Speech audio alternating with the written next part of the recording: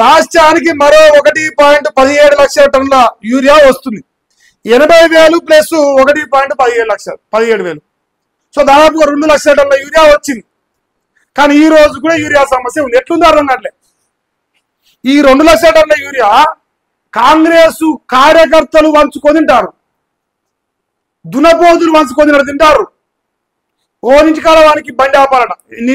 నువ్వు కాంగ్రెస్ అయితే నీటి ముందు లారాతో నీకు మొత్తం తెచ్చేస్తారు. నువ్వు దళారు లెక్క అమ్ముకోవచ్చు మళ్ళీ బయట బ్లాక్ మార్కెట్లో. రాష్ట్ర ప్రభుత్వ అభ్యర్థులతో స్పందించిన కేంద్రట.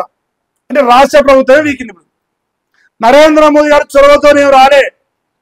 కాంగ్రెస్ తుమ్మల నాగేశ్వరరావు తుమ్ముకుంటా చొరవ పెడితే వచ్చింది. ఇప్పుడు ఇంకో చెడ్డది అయితేనేమో కేంద్రం ఉంది, మంచిది అయితేనేమో రాష్ట్రం ఉంది. ఇలా బతుకు మొత్తం ఇంతే అనమాట. తాజా కేటాయింపులో రవాణాలో 60,000 టన్నులు ఉందట. వచ్చే వారంలో మరో 50,000 టన్నులు రాష్ట్రానికి వస్తాట. ఈ నెలలో ఇప్పటి వరకు 1.44 లక్షల టన్నుల యూరియా సరఫరా అయింది. ఓన్లీ ఇది ఒక్క నెలనే. మరి అమరావతి పులి ఏడికి పోయిందో అర్థం కావట్లే. పులి తెలంగాణ రాష్ట్రం ఇప్పుడు నరేంద్ర మోదీ గారికి ఎక్కడ ప్రజలు నరేంద్ర మోదీ మన కష్టం చూడలేక మన బాధలు లేక యూరియా బస్తాలు పంపిస్తున్నారని ఊర్లలో ఇప్పుడు అంటారు ముసలోళ్ళు. ఆ మాట అనొద్దనమాట. రేవంత్ రెడ్డి తీసుకొచ్చి కట్టగట్టినాను. నీకు గ్యారంటీ ఇస్తానా, ఈ రోజు యూరియా వచ్చిందా, సరిపోని యూరియా వచ్చి ఇంకా ఎక్స్ట్రా మిగిలిన యూరియా వచ్చినా కూడా కాంగ్రెస్ పార్టీ నమ్మరు. బండ బూతులయ్యాయి. ఇంకా నీ నోరుతో చెప్పలేనాయి. అంత బండ బూతులు తిడతారు మా రైతాంగం పిఎస్సిఎస్ సెంటర్ల దగ్గర.